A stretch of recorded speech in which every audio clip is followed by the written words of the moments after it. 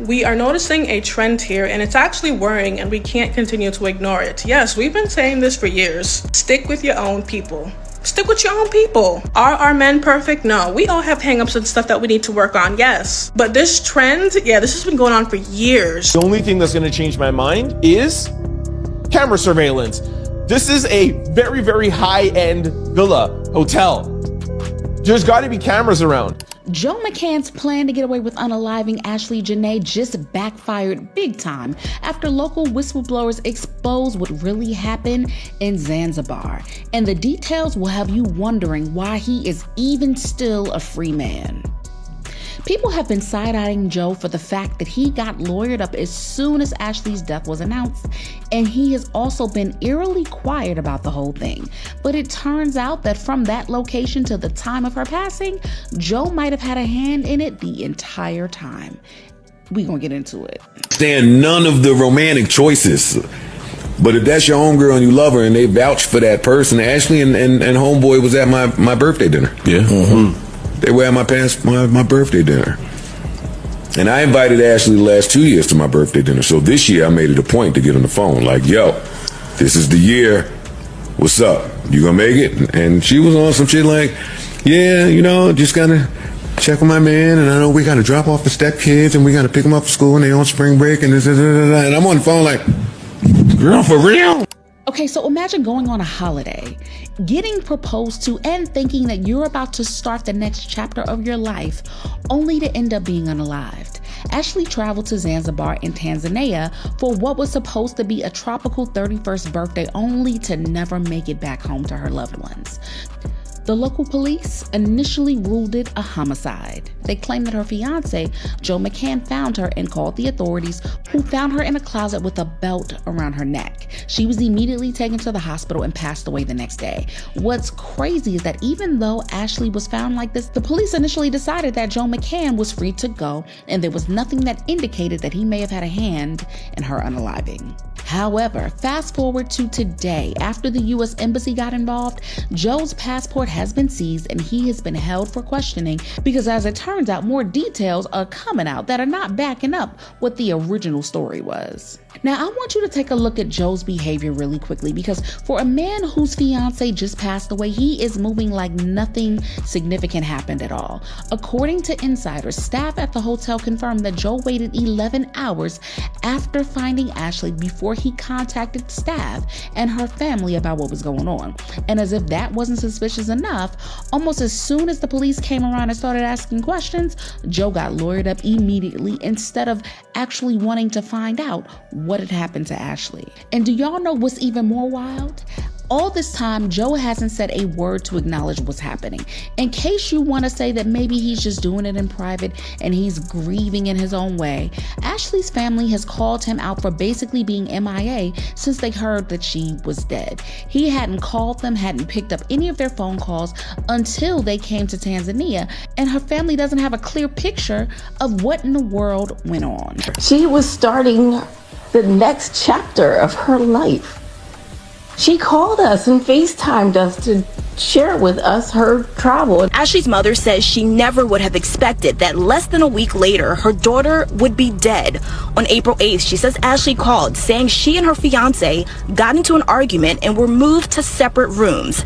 The next day, she received another call, this time from her fiance. He told me that Ashlee did something to herself and that she was being taken to the hospital. I said, what happened, when? And he told me it had been 11 hours prior. Hours later, the luxury resort the couple was staying at called saying that Ashlee passed away. And from what's been coming out, Joe's silence might be because he had a hand in what happened to Ashlee. According to the director of criminal investigations, there is a detailed timeline. Joe and Ashlee checked into Zuri Hotel, Villa number 25, with their departure scheduled for April 10th, 2026. And then there was a very intense fight. It got so bad that a guest in Villa number 26 alerted hotel staff, promptly asking them to step in and separate the pair in different rooms. Joe was then moved to Villa number 65, which was about an 8 to 10 minute distance from Ashlee's villa. But what we don't know is why Ashlee and Joe were fighting so much in the first place. Was it because of money? Did Ashlee find out that Joe was married? Did Joe get angry that Ashlee was seeing other men? What exactly what's going on here. And from what an insider revealed, the whole trip was much darker than anything that we had ever expected. In fact, he was such a frequent visitor that he was well known by different hotels and their staffs. Apparently, right from the time that they got to Zanzibar, the two of them had been quarreling non-stop. When they first arrived in the villa, Ashlee didn't realize that it wasn't the first time that Joe had been to Zanzibar. And he is well known by hotels, staff, and the people. So he has frequented Zanzibar. And my source said they were arguing about him cheating on her. He would leave the villa to go to other women at night. Then he stepped out on Ashlee right in front of her and just didn't care. Joe was going out almost every night and would come back to Ashlee shouting at him. But whenever Ashlee stopped worrying about him and allowing other men to flirt with her, oh baby, Joe would get deeply offended, and that would lead to he and Ashlee having a very nasty fight. On the day that she passed away, an insider explained that Ashlee had reportedly caught Joe with yet another woman, but this time he didn't go off somewhere else to do it. Ashlee found him hooking up with either a local woman or a hotel staff person and immediately went off on him. And maybe, just maybe, Joe actually planned it out like this for Ashlee to catch him in this way as his way for getting back at her for flirting with other men.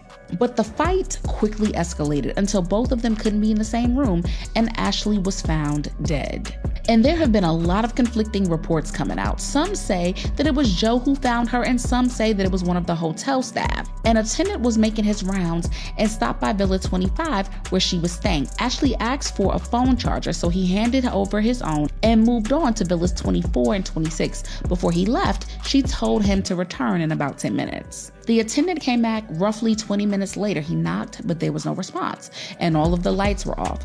So then he used his emergency key to enter the room, and that's where he found Ashlee suspended from an internal wardrobe rod using a gray bathrobe belt. The report states that she was still alive at the moment, but in critical condition. So he immediately raised the alarms, and she was rushed to the nearest hospital. After receiving initial treatment, she was transferred to another facility, but she passed away the next day. Ashlee reportedly still had her engagement ring on when she was found, and if what insiders are saying is true, local police are still holding on to CCTV cameras and footage that could potentially put Joe McCann at the scene of the crime.